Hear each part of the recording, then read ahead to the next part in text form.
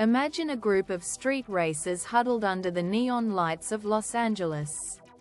Their engines idling with a low, aggressive rumble that vibrates in your chest in 2001. This was just a movie about a heist and a local subculture.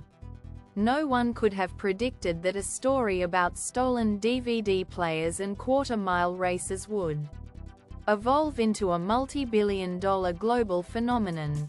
This is the history of Fast and Furious, a franchise that shifted gears from the asphalt of the underground to the edge of outer space, all while preaching a single, unbreakable gospel: family.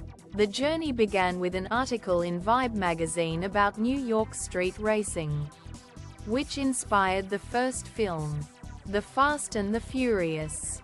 We were introduced to Dominic Toretto, a man who lived his life a quarter mile at a time, and Brian O'Conner, an undercover cop who found himself seduced by the adrenaline and the loyalty of the crew he was sent to take down. It was a simple, gritty action movie, but it possessed a secret weapon: the chemistry between Vin Diesel and Paul Walker. They weren't just a duo. They were the pillars of a new kind of cinematic brotherhood. After a few years of identity crisis in the sequels, the franchise made a pivotal decision in 2009, with the fourth film, simply titled Fast and Furious. The original cast returned, and the series began its transformation from a niche racing drama into a high-stakes international heist saga. But it was 2011's Fast 5 that truly broke the speedometer, by adding Dwayne "The Rock" Johnson as the unstoppable federal agent Luke Hobbs. The series embraced a new level of muscular, over-the-top spectacle. It stopped being about the cars and started being about what you could do with the cars, like dragging a massive bank vault through the streets of Rio de Janeiro. As the stunts grew more impossible, the franchise developed a unique internal logic. Physics became a suggestion rather than a rule. We watched cars skydive from cargo planes, jump between skyscrapers in Abu Dhabi, and engage in a high-speed chase with a nuclear submarine across a frozen sea.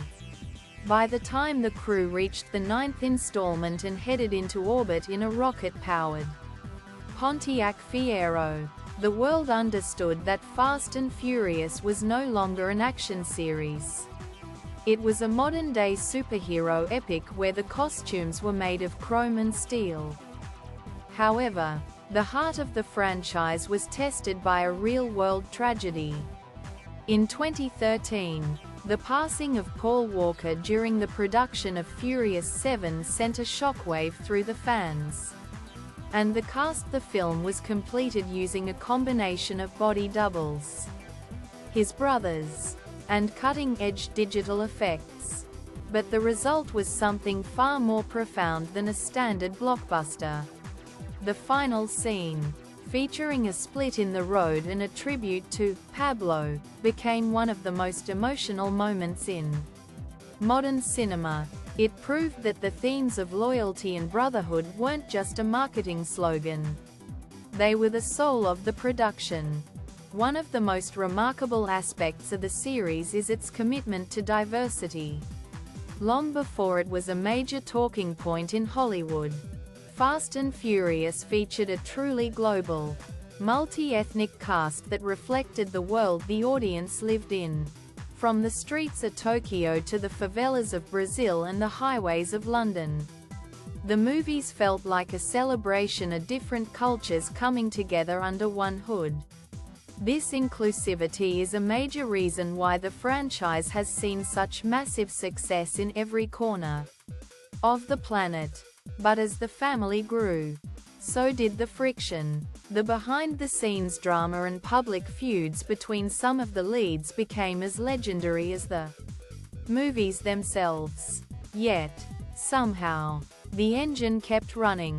The series expanded into spin-offs like Hobbs and Shaw and an animated series, proving that the world Dominic Toretto built was large enough to sustain multiple stories.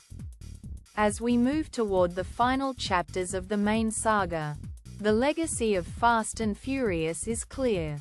It redefined the summer blockbuster by prioritizing diversity, practical stunt work, and a relentless sense of fun. It taught us that your family isn't just the people you're born with. It's the people you choose to ride with when the world is falling apart. It's a franchise that knows exactly what it is: loud, fast, and unashamedly sentimental. The next time you see a silver Supra or a black Charger, don't just think of a car. Think of the quarter mile. Think of the barbecue in the backyard. Think of the 25 years of cinematic history that turned a low-budget racing movie into a global institution. The road has been long, and the stunts have been wild, but the message has never changed. No matter how fast you drive or where you go in the world, you never turn your back on family. As the engines cool and the credits roll, do you see a series of impossible stunts? Or do you see a story about a group of outlaws who found a way to stay together through every gear shift and every explosion? Thanks for watching.